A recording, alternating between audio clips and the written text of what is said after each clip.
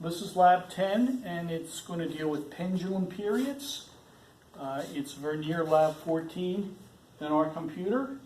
And the whole point of today's lab is just measuring the period of a pendulum. A pendulum is just a weight hung on a string that swings back and forth.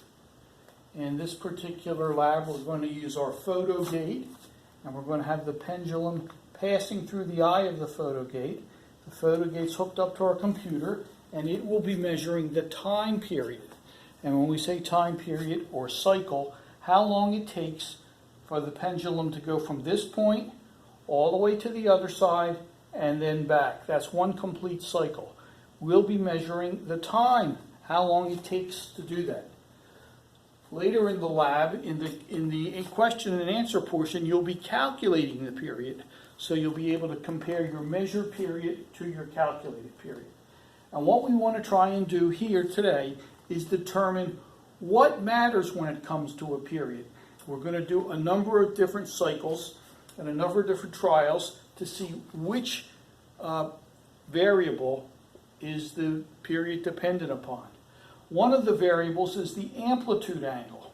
Amplitude angle is the angle that you pull back the pendulum. I think we asked for 10 degrees, 20 degrees, and 30 degrees. We have you run it through, and we have you measure the period, and you want to see if the period's the same, so you'll determine whether the amplitude angle makes a difference. The second variable is weight. I have 200 grams on there right now. I think we vary the weight sometimes we use 70 and sometimes 20. But in this particular case, we have 200 grams on here. And again, we're going to change the weight, keeping the amplitude angle at a constant and the arm length at a constant, and see if the weight makes a difference. And then finally is the arm of the pendulum. How long an arm does it have? In this particular case, I think we have 30 centimeters, but we vary it from 10 to 45. 10 centimeters would be like a much shorter arm length, and 45 would be a little bit longer. And so what we want to do is, again, for a constant mass and a constant amplitude angle, vary the arm and see if that makes any difference. And as we go through here, in this particular case, I have 200 grams. I'll have an amplitude angle of 10 degrees, and I'll have an arm length of 30 centimeters.